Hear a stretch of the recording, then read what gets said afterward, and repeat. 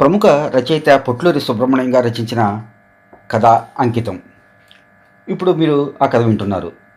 ఆమె ఆకాశం నుంచి రాలిన సుధాబిందువు, విశ్వకర్మచే మలచబడ్డ సౌందర్య శిల్పం. ఆమె లావణ్యం మేఘాల మధ్య మెరుపు, ఆమె పలుకులు తీయని తేనెల వాకలు, ఆమె నడక హంసగమనం. ఇలా కాలేజీలో ప్రతి ఒక్కరూ ఆమెను రకరకాలుగా వర్ణిస్తూ ఆరాధిస్తున్నారు. ఆమె మీద ప్రేమాతిశయం పట్టలేని కొందరు తమ వాహనాల నెంబర్ల ప్లేట్ల మీద కూడా ఆమె పేరు ముచ్చటగా వేయించుకుంటున్నారు. అవి లేని వాళ్ళు చొక్కా జేబుల మీద ఆ మూడక్షరాలు ముద్రించుకుంటున్నారు.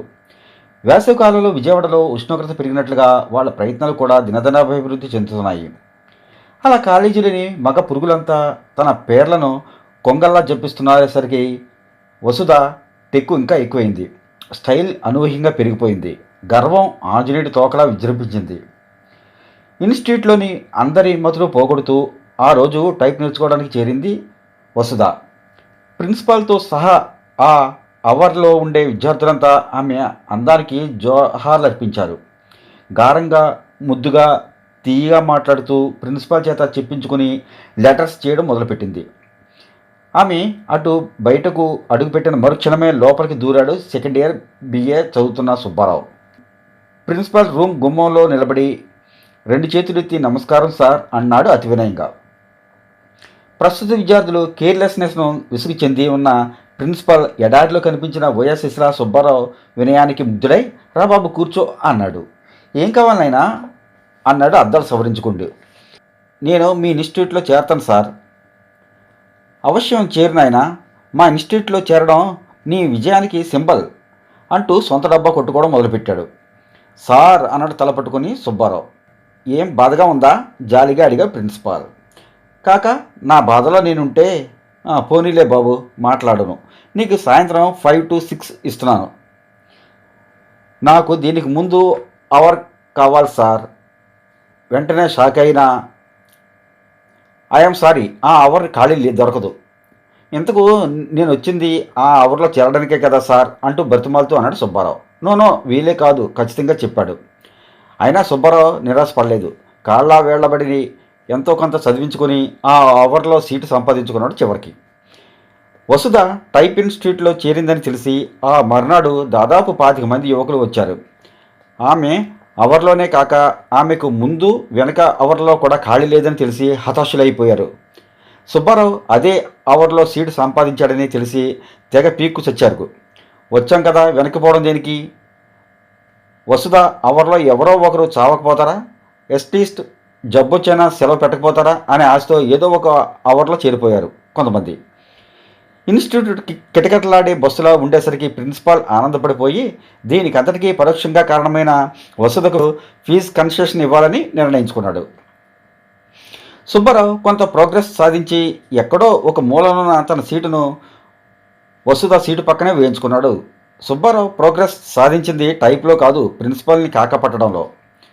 వసుధ పక్కనే కూర్చుని ఆమె నవ్వినప్పుడు కోతిలా కిచకిచలాడుతూ ఆమె టైప్ చేస్తుంటే తన మిషన్ మీద చేతులు పెట్టి చూస్తూ ఆమె చేతులని కాగితాలు కింద పడితే తీసి అందిస్తూ కాలం గడుపుతున్నాడు.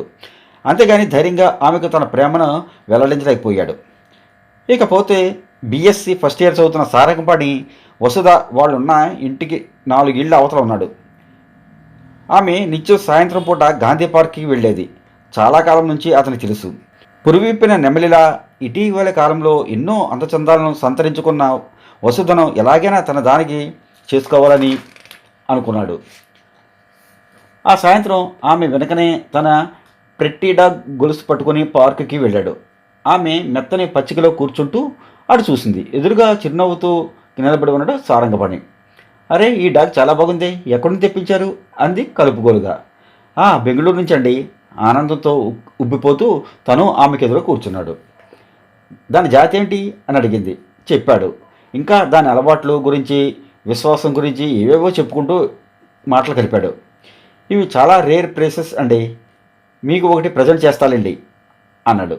దానికి థ్యాంక్ యూ అని చెప్పింది వసుధ. అలా వాళ్ళ పరిచయం పెరిగింది. రోజు కుక్కతో సారంగపాణి పార్కుకి రావడం, వసుధ అతని కుక్క పిల్లను దగ్గరకు తీసుకుని సారంగపాణితో కబుర్లు చెప్పడం జరుగుతోంది రోజును. వసుధకు కుక్క పిల్లను ప్రజెంట్ చేస్తే తన ముఖం ఇంకా చూడదనుకున్న సారంగపాణి ఏ రోజుకి ఆ రోజు వాయిదా వేస్తూనే ఆమె మీద ప్రేమ వలలు విసురుతున్నాడు. ఇకపోతే మూడోవాడు నారాయణస్వామి వసుధకు దగ్గర బంధువు అవుతాడు. ప్రతి ఆదివారం వసుధ తప్పనిసరిగా నారాయణస్వామి ఇంటికి వెళుతుంది. ఇద్దరూ కలిసి టీవీ చూస్తుంటారు, సాహితీ చర్చలు కూడా చేస్తుంటారు. సాయంత్రం పూట ఇంటి వెనుక గ్రౌండ్లో టెన్నిస్ ఆడుతుంటారు కూడా. వసుధ తన బంధువుల అమ్మాయి కావడం నారాయణస్వామికి ఉన్న అతి గొప్ప ప్లస్, అదృష్టం కూడా. తనది కాకుండా ఎక్కడికి పోతుందిలే అనేది అతని ధైర్యం. దానికి తగ్గట్టు వసుధ అతనితో చాలా చనువుగా ఉండేది. ముఖ్యమైన ప్రేమికులో ఇక నాలుగోవాడు శ్యామ్. ప్రేమించే హృదయం తప్ప ఇతనికి ఏ అర్హతలు లేవు. ప్రేమించే హృదయం కాలేజీలో వసుధను అభిమానించే ఎన్నో వందల మందికి ఉంది. అయితే ఇతనికి పై ముగ్గురిలా వసుధతో రోజు కొన్ని గంటలు గడిపే అవకాశం ఉంది. దానికి కారణం అతను వసుధ ఇంటి మేడ మీద గది అద్దెగా సంపాదించడమే. ఆ రూము సంపాదించడానికి అతనికి ప్రాణవాయువు లేకుండా ఎవరెస్ట్ శిఖరం ఎక్కినంత పనైంది. శ్యామ్ వాళ్ళ గ్రామ సర్పంచ్ ద్వారా సమితి ప్రెసిడెంట్కి చెప్పించి సమితి ప్రెసిడెంట్ ద్వారా ఎమ్మెల్యేని పట్టి ఎమ్మెల్యే చేత కాంట్రాక్టర్ అయిన వసుధ తండ్రికి అతి కీలకమైన కాంట్రాక్టు క్షణాలు ఇప్పించాడు. వసుధ ఇంట్లో మేడ మీద గది శ్యామ్ సుందరకి రికమెండ్ చేసింది. ఇలా శ్యామ్కి ఇంత ప్రాసెస్ జరగడానికి కారణం అందరి స్వార్థం. తమ గ్రామ సర్పంచ్ కావడానికి శ్యామ్ సుందర్ తండ్రి తీవ్రంగా ఎలక్షన్ ప్రచారంలో పాల్గొని తనకు విజయం చేకూర్చాడనేది అతని కృతజ్ఞత. తను గ్రామ సర్పంచ్ చెప్పిన పని చేయకపోతే ఒక మెంబర్ తగ్గిపోతాడని సమితి ప్రెసిడెంట్తో విరోధం పెట్టుకుంటే బ్లాకులో పనులు జరగవని, తద్వారా తన ఓటర్లు మారిపోతారని ఎమ్మెల్యే భావించాడు. ఇలా పర్యవసానంగా శ్యామ్కి వసుధ ఇంటి మేడ మీద గది అద్దెకు దొరికింది. అప్పటి నుంచి వసుధతో తీరిక దొరికినప్పుడల్లా అసుకేస్తూ తన ప్రేమ బలీయం చేసుకోవడానికి తల కిందులుగా తపస్సు చేయసాగాడు. మొత్తం కాలేజీలో పై నలుగురి ప్రేమికులకు మాత్రమే పరిస్థితులు కలిసి వచ్చాయి గనుక తమ ప్రేమ బీటలు వారకుండా నానా తండాలు పడుతున్నారు. ఎవరికి వారే తమకు అంకితమని మురిసిపోతున్నారు. రోజులు గడిచిపోతున్నాయి. ఒకరోజు టైప్ ఇన్స్టిట్యూట్ ప్రిన్సిపల్ వసుధను లోపలికి పిలిచాడు. అమ్మ వసుధ, ఇక ఈ ఇన్స్టిట్యూట్ని నేను నడపలేనమ్మా అన్నాడు తల పట్టుకుని.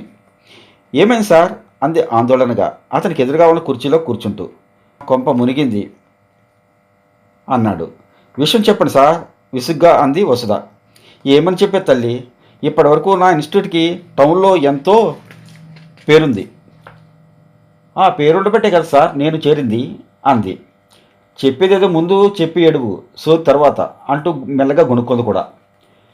ఎప్పుడూ లేనిది నీ ప్రభావం వల్ల మా ఇన్స్టిట్యూట్లో ప్రేమ బీజాలు రాలి స్టూడెంట్స్ ఒకరినొకరు పరిధి ప్రేమ వివాహాలు చేసుకుని సంచలనం రేపారమ్మా. అంతేకాక ఉన్నవాళ్ళు నీ పేరే జపిస్తూ నీకోసమే ఇన్స్టిట్యూట్కి వస్తున్నారు. కానీ వాళ్ళెవరికీ టైప్ రాదు. అయితే దీనికి అంతటికీ నేనే కారణం అంటారా కోపంగా అంది వసుధ. అవును తల్లి, దీనికి అంతటికీ నీ అందమే కారణం.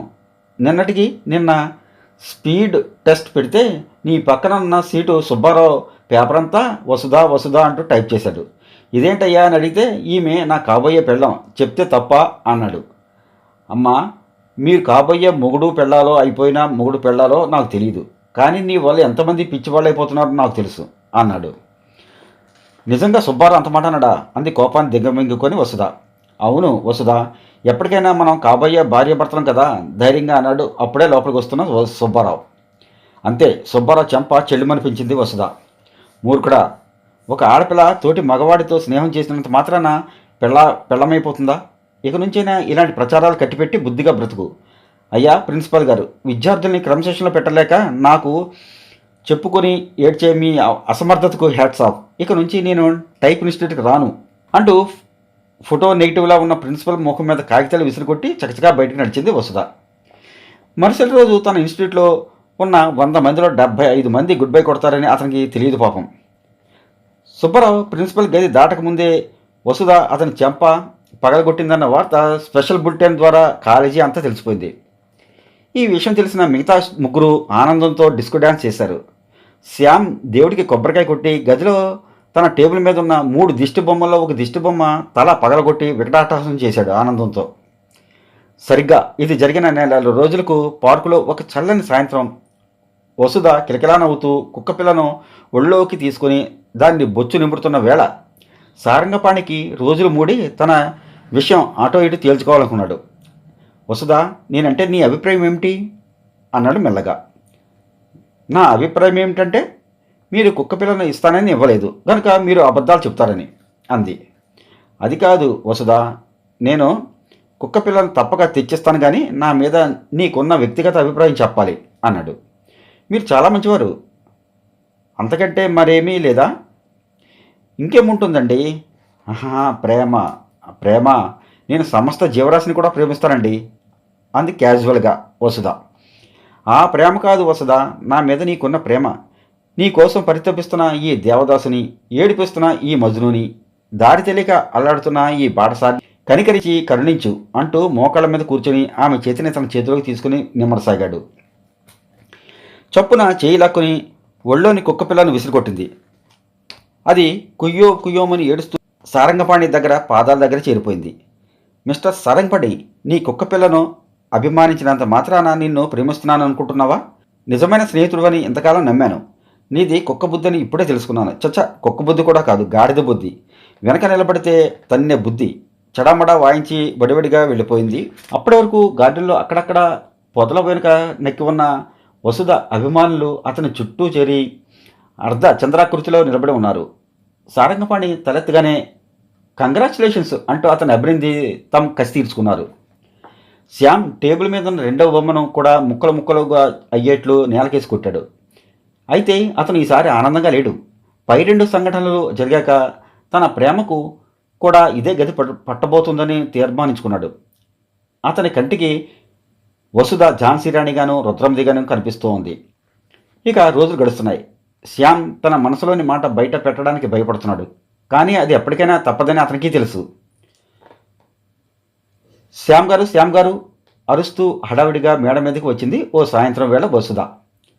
ఈజీ చైర్లో పడుకుని ఏదో నవల చదువుకుంటున్న శ్యామ్, ఎందుకండి అంత కంగారు, కుర్చీ తెస్తానుండండి, కూర్చుందురు అంటూ లేచాడు. శ్యామ్ని ఆపి తనే లోపలికి వెళ్ళి కుర్చీ తెచ్చుకుంది. తర్వాత ఫ్రీగా కూర్చొని గుండెలు నిండుగా గాలి పీల్చి ఉఫ్ అని అంటూ వదిలింది. ఎప్పుడైనా వసుధ శ్యామ్ గదికొచ్చి క్యారమ్స్ ఆడడం అలవాటు. అందుకే మీ మనసేమీ బాగోలేనట్లుంది, క్యారమ్స్ ఓ గేమ్ ఆడదామా అన్నాడు. నో, ఆ గేమ్ కాదు, కానీ శ్యామ్ గారు, జీవితం అనే ఈ గేమ్ అన్నింటిలోనూ అత్యంత కష్టతరమైందండి. చిచి, ఈ సమాజంలో ఉండేది మనుషులు కాదండి, రాక్షసులు. I hate the society. గుండెల మీద చేతులుంచుకొని రొప్పుతూ అంది. కోపంతో ఆమె ముఖం ఎర్రగా తయారైంది. ఏదో జరుగుంటుందని భావించిన శ్యామ్ ఆమె చెప్పబోయేది వినడానికి సిద్ధంగా ఉన్నాడు. కొన్ని క్షణాల తర్వాత, అసలు ప్రేమంటే ఏమిటి శ్యామ్ గారు అనుకున్నదైనా ఆ సమయం వచ్చేసరికి శ్యామ్ తలపడ్డాడు. ఎన్నో వెల్లివేసిన ప్రేమ పటాలు మర్చిపోయాడు. ప్రేమంటే అభిమానం అన్నాడు. అంతేనా అంది వసుధ రెండు చేతులు కట్టుకొని ఏదో ఆలోచిస్తూ. మళ్ళీ ఇలాంటి అవకాశం దొరకదనిపించిన శ్యామ్, ప్రేమంటే రెండు వృధాల కలయిక, పరస్పరం మానసికంగా ఒకరినొకరు దగ్గర కావడం, ఊహల్లోనూ చేతల్లోనూ ఒకటిగానే ఉండడం, జీవితాంతం ఒకటిగా బ్రతకడం, ఒకరు లేనప్పుడు మరొకరు పరితపించడం, ఇలా ఒకరిలో ఒకరు ఐక్యం కావడం, ఇదే ప్రేమంటే అన్నాడు. మరి మీరు మీ నాన్నను, అమ్మను, చెల్లెళ్లను, తమ్ముళ్లను ప్రేమిస్తున్నారు కదా, మరి మీ అందరి ఊహలు, ఆలోచనలు ఒకే విధంగా ఉంటాయా అని వాక్ప్రవాహానికి అడ్డొస్తూ అడిగింది. అది కాదండి, నేను చెప్పేది ప్రేయసీ ప్రియుల మధ్య ప్రేమండి. ఎందుకండి ఎవరిని కదిలించినా ప్రేయసీ ప్రియుల మధ్య ప్రేమ గురించి చెప్తున్నారు? స్నేహితుల మధ్య, ఆత్మీయుల మధ్య ఉండేది ప్రేమ కదా రెట్టించింది. శ్యామ్ ఏదో చెప్పబోయి నాలుగు ఖర్చుకుని అబ్బా అన్నాడు. సరే పోనివ్వండి, ఈరోజు జరిగిన ఒక విచిత్రమైన సంఘటన గురించి చెప్పమంటారా? మీరు చెప్పడము నేను వినకపోవడమోనా? చెప్పండి అన్నాడు ఎంతో ఉత్సాహంగా శ్యామ్. నేను ఈరోజు మా పెదమామ గారింటికి వెళ్ళానండి. అక్కడ మా మామగారి కొడుకు, మా క్లాస్మేట్ నారాయణస్వామి లేడు. ఎందుకు లేడు? దున్నపోతులా ఉన్నాడు.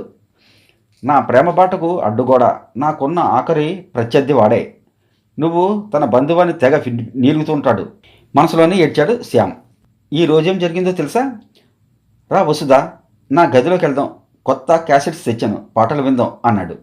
సరే నేను వెళ్ళాను. ఇద్దరం పాటలు వింటున్నాం. ఇంతలో వాడికి ఏం రోగం వచ్చిందో ఏమో మెల్లిగా వెళ్ళి తలుపు గడి బిగించి వచ్చాడు. పాటలు బాగున్నాయి కదూ అన్నాడు. బాగున్నాయి బావా అన్నాను. వసుదా, ఇంట్లో ఎవరు లేరు. మనం ఇక్కడ ఏం చేసినా అడిగే వాళ్ళు ఉండరు. ఇక్కడ ఏం జరిగింది మూడో వాళ్ళకి తెలియదు, సరేనా అన్నాడు నాలుగు చప్పరిస్తూ. కళ్ళు అదో రకంగా తిప్పుడు.